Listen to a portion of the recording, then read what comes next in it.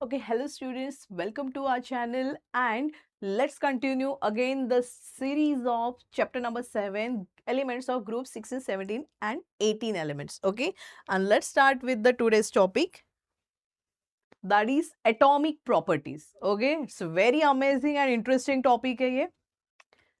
So last year FIJC में through the periodic table chapter आप ये सारे टर्म्स को थोड़े से अपने गो थ्रू किए होंगे, यस और no.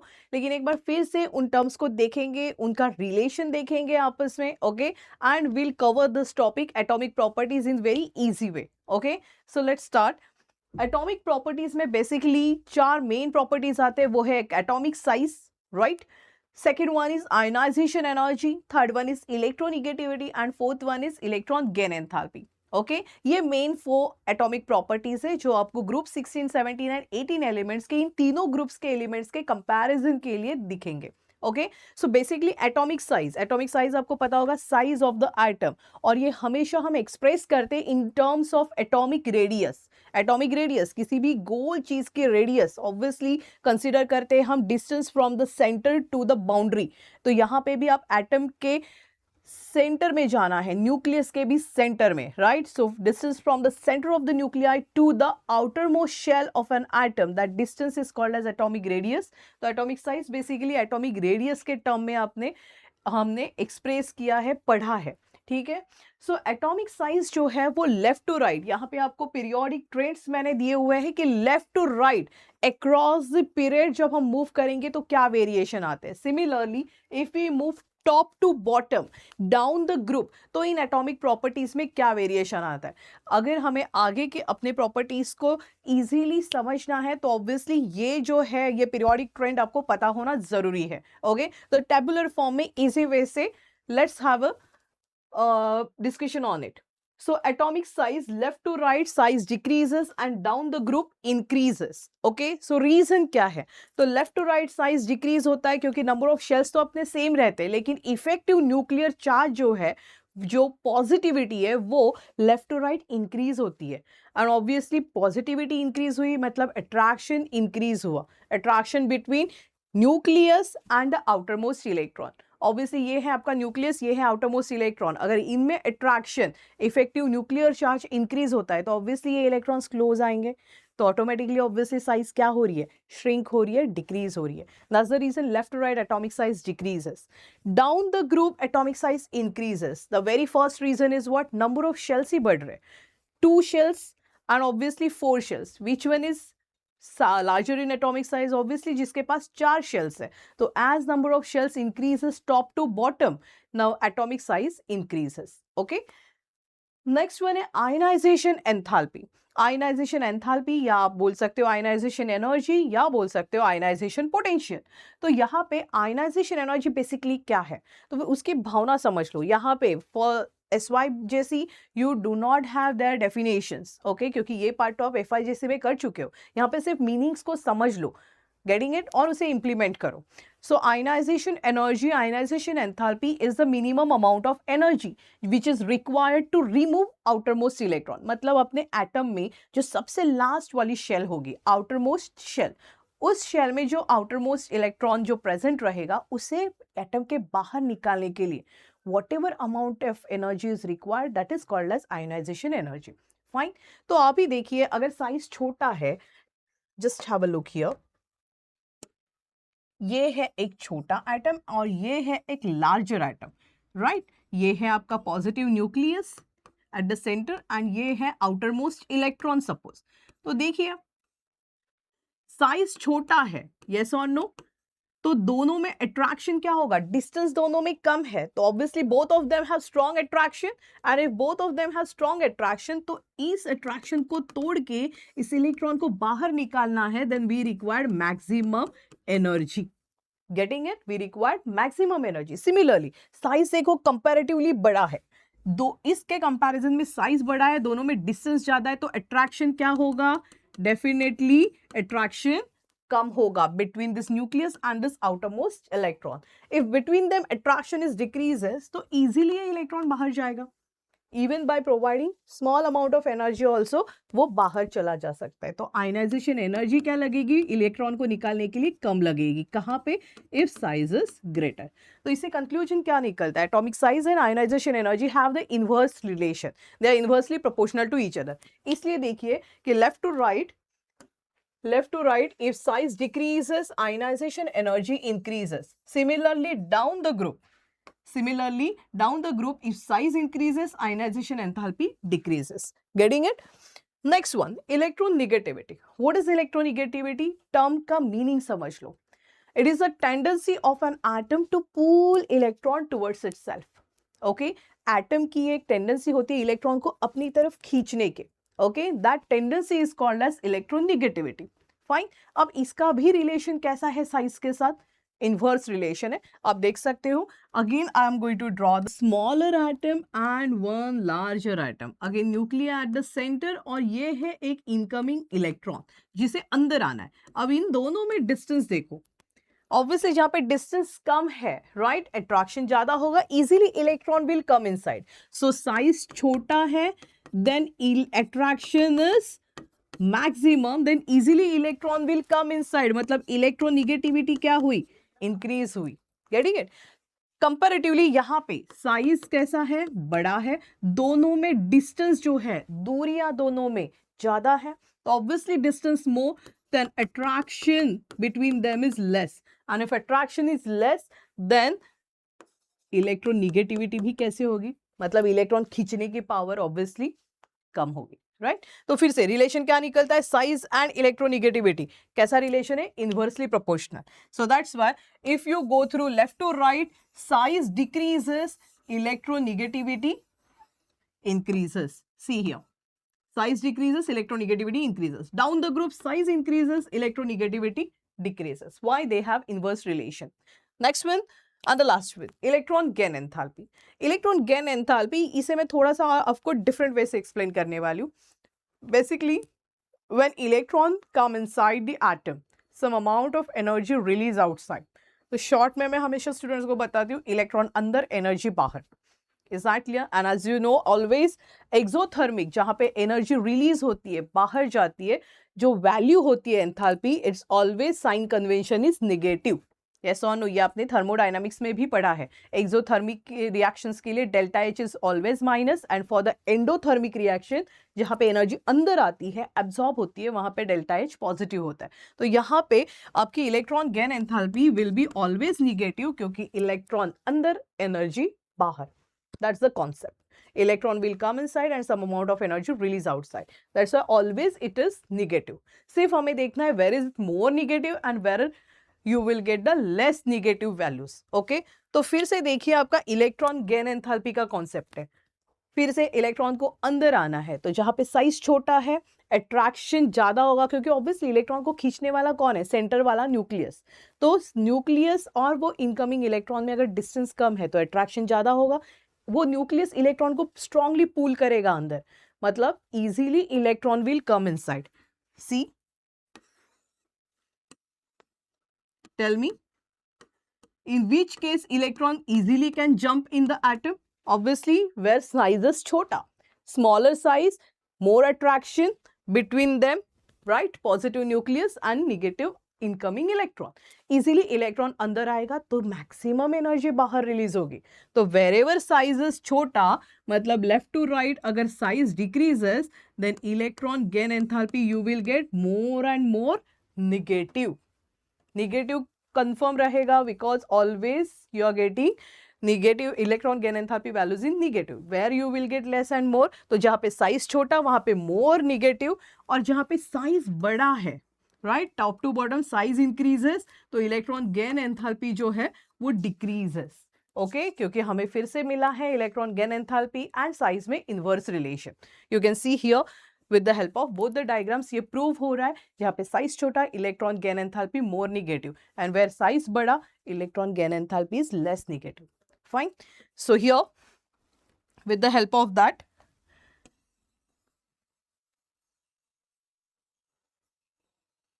let's discuss the points which I have mentioned in the reason. So first point, atomic size increases as number of shells increases down the group, right?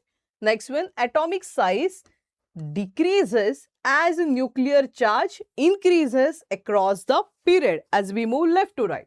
And atomic size increases, then all these values, IE that is ionization energy, En that is electronegativity, EGE that is I have written short form of electron gain enthalpy, ये सारी चीजें क्या होगी, decrease if your sizes increase. क्यों? क्योंकि सारे properties जो है वो साइज के साथ इनवर्सली प्रोपोर्शनल है. All this properties are what, inversely proportional to atomic size. Fine. So let's have a next slide. Here सारी यही पॉइंट्स आपको जो अभी हमने डिस्कस किए वही आपको डिफरेंट डिफरेंट प्रॉपर्टीज में दिखेंगे. ओके जो शॉर्ट नोट है आपको यहाँ पे क्वेश्चन कैसे पूछा जाएगा, that is very interesting thing.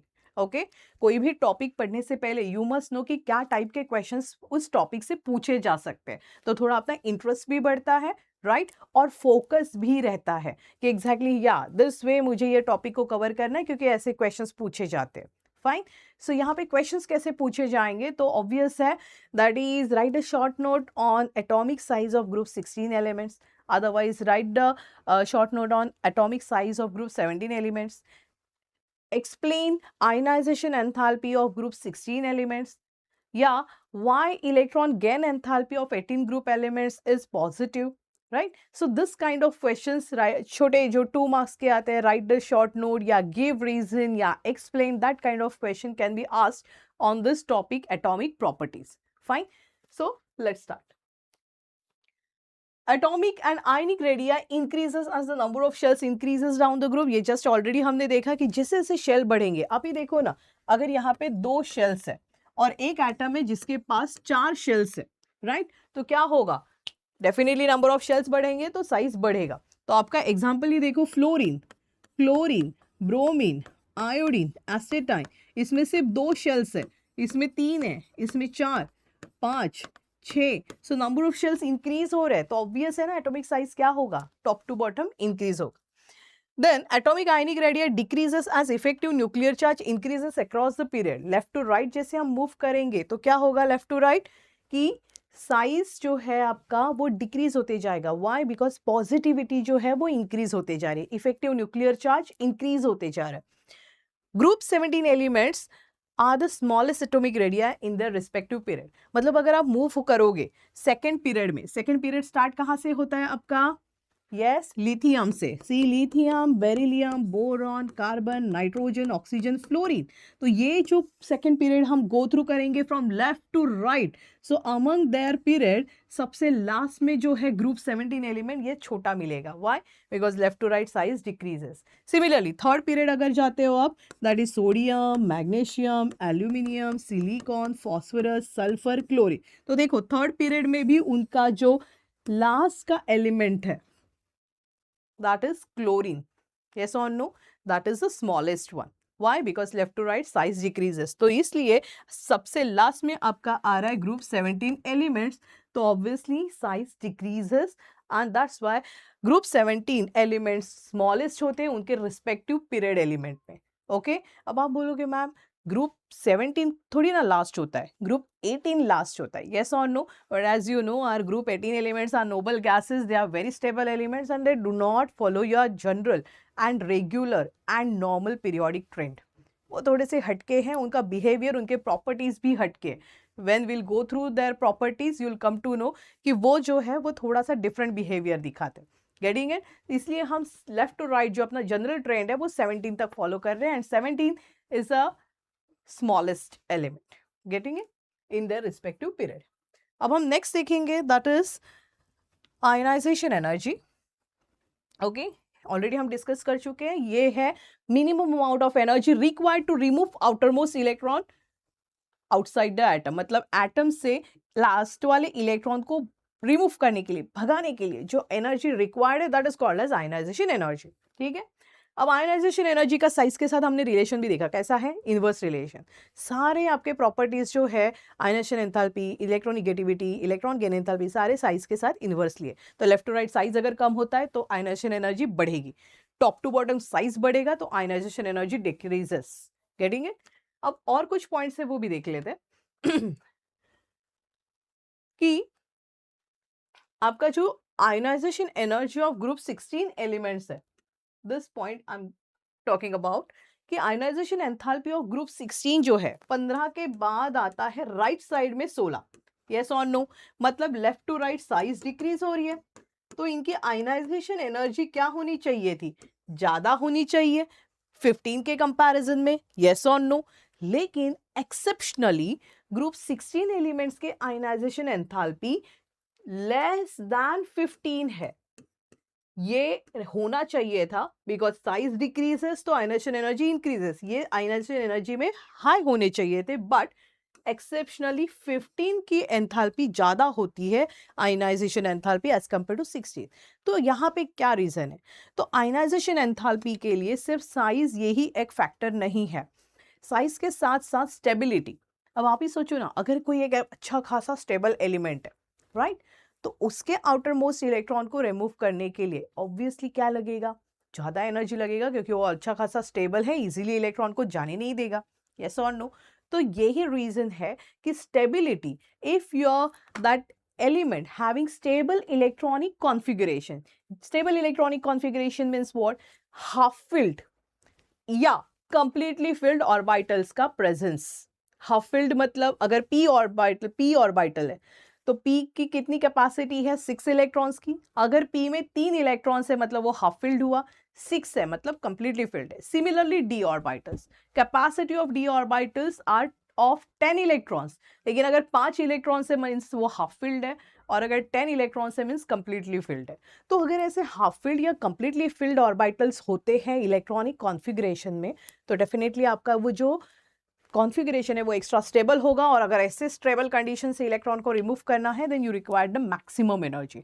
और यही रीजन है आपके ग्रुप 15 एलिमेंट्स में अगर देखोगे तो है extra stable half filled electron configuration, means they have half filled p orbitals. Okay, कैसे देख लीजिए, मैंने आपको जनरल इलेक्ट्रॉनिक कॉन्फ़िगरेशन लिखने का ट्रिक बताया था, कौन से वीडियो में? ऑक्सीडेशन स्टेट वाले वीडियो में। यहाँ पे फिर से बताती हूँ, ये है आपके 15 एंड ये है ग्रुप 16, मैं उनका जनरल कॉन्फ़िगरेशन लिख रही हूँ। 15 तो हिंट आपको यहाँ से ही मिल रही है, आउटरमोस्ट शेल में कितने इलेक्ट्रॉन्स रहेंगे? 5। 16 में कितने रहेंगे? 6। डिस्ट्रीब्यूट करना है उन्हें। इन 5 इलेक्ट्रॉन्स को हम कैसे डिस्ट्रीब्यूट करेंगे? एस से शुरुआत करेंगे, एस देन पी। एस में कितने जाएंगे?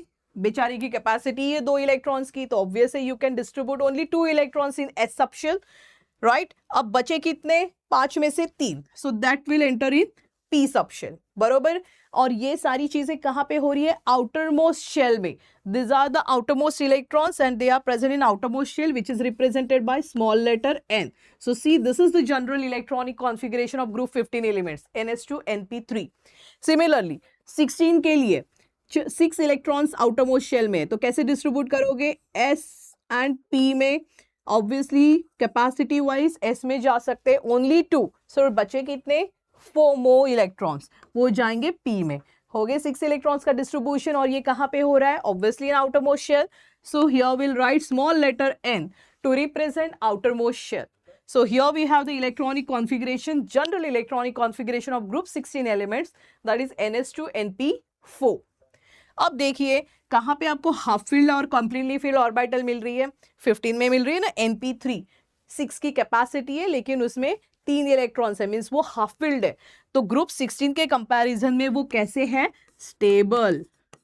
Why? Because they have half-filled p orbitals, that is extra stable electronic configuration, and just because of the extra stability उनमें से इलेक्ट्रॉन निकालने के लिए ज्यादा आयनाइजेशन एनर्जी लगेगी।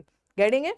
सो that's why exceptionally your group 15 elements जो है वो ज्यादा आयनाइजेशन एनर्जी दिखाते हैं as compare to group 16 element. Fine, next one. So next one है electronegativity. Okay, so electronegativity, as I said before, it is a tendency of the atom to pull electron, अपनी तरफ electron को खींचने की जो atom की tendency होती है इसे बोलते हैं electronegativity. Let me tell you the rankers of the electronegativity series. The most first rank that is the fluorine. Yes or no? Fluorine is the most electronegative element in the whole periodic table. Fluorine के बाद number आता है oxygen. Oxygen के बाद number है तीसरा rank. दो element share कर रहे, थोड़ा सा डिफरेंस है 0.1 का उनमें, लेकिन chlorine and nitrogen. Getting it? ठीक है.